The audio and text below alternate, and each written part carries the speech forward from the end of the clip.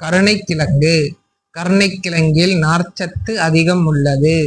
இது செரிமானத்திற்கு உதவுகிறது மற்றும் மலச்சிக்கலை தடுக்கிறது. எடை மேலாண்மைக்கு உதவுகிறது. உணவு உண்ட பிறகு நீண்ட நேரம் நிறைவாக உணர வைக்கிறது.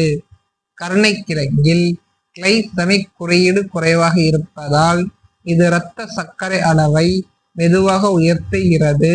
நீரிழிவு நோயாளிகளுக்கு இது ஒரு நல்ல உணவு. வைட்டமின் சி, பொட்டாசியம் மற்றும் மாங்கனீசு போன்ற பல வைட்டமின்கள் மற்றும் தாதுக்கள் உள்ளன.